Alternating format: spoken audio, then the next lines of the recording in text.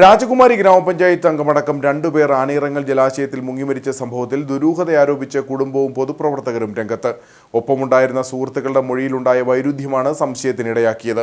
അന്വേഷണം ആവശ്യപ്പെട്ട് കുടുംബം ഇടുക്കി എസ്.പിക്ക് പരാതി നൽകി. കഴിഞ്ഞ 17-ാം തീയതിയാണ് രാജകുമാരി ഗ്രാമപഞ്ചായത്ത് അംഗം ജെയ്സൺ വർഗീസും സുഹൃത്ത് ബിജുവും ആനയിറങ്കൽ ജലാശയത്തിൽ മുങ്ങിമരിച്ചത്.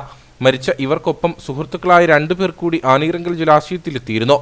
എന്നാൽ സംഭവം നടക്കുമ്പോൾ തങ്ങൾ ഒപ്പമില്ലായിരുന്നുവെന്നും പൂപ്പാറയിൽ തിരികെ എത്തിച്ചതിനു ശേഷം മരിച്ച ഇരുവരും ബോഡി നായ്ക്കന്നൂരിലേക്ക് പോയി എന്നുമാണ് ഇവർ ആദ്യം പറഞ്ഞിരുന്നത്. എന്നാൽ ഇതിനുശേഷം ഇവർ മൊഴി തിരുത്തി. സംഭവം നടക്കുമ്പോൾ തങ്ങൾ ഒപ്പമുണ്ടായിരുന്നുവെന്നും ഭയന്നിട്ടാണ് ഇക്കാര്യം ആരോടും പറയാതിരുന്നതെന്നുമാണ് ഇരുവരും പിന്നീട് പോലീസിനോട് പറഞ്ഞത്. ഇതാണ് ഇപ്പോൾ കുടുംബത്തിനും ബന്ധുക്കൾക്കും സംശയത്തിന് ഇടയാക്കിയത്. ഉറ്റ സുഹൃത്തുക്കളായിരുന്നിട്ടും 2 പേർ കൺമുന്നിൽ അപകടത്തിൽപ്പെട്ടിട്ടും വിവരം പുറത്തറിയിക്കുവാനോ അപകടത്തിൽപ്പെട്ടവരെ രക്ഷപ്പെടുത്തുവാനോ ഇവർ തയ്യാറാകാത്തതിൽ ദുരൂഹതയുള്ളതായാണ് കുടുംബത്തിന്റെ ആരോപണം.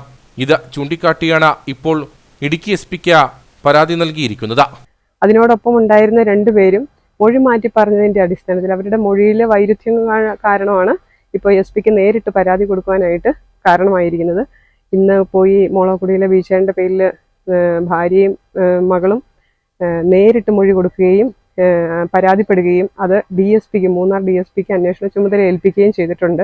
സംഭവം നടന്നതിന് ശേഷം തിരച്ചിലിലടക്കം ആരോപണ വിധേയരായ ഇരുവരും പങ്കെടുത്തിരുന്നു. ഇരുവരും പുഴയിൽ മുങ്ങിമരിച്ചുവെന്ന് അറിയാമായിരുന്നിട്ടും ഇത് മറച്ചുവെച്ചതിന് പിന്നിൽ ദുരൂഹതയുണ്ടെന്നാണ് കുടുംബവും പൊതുപ്രവർത്തകരും ആരോപിക്കുന്നത്.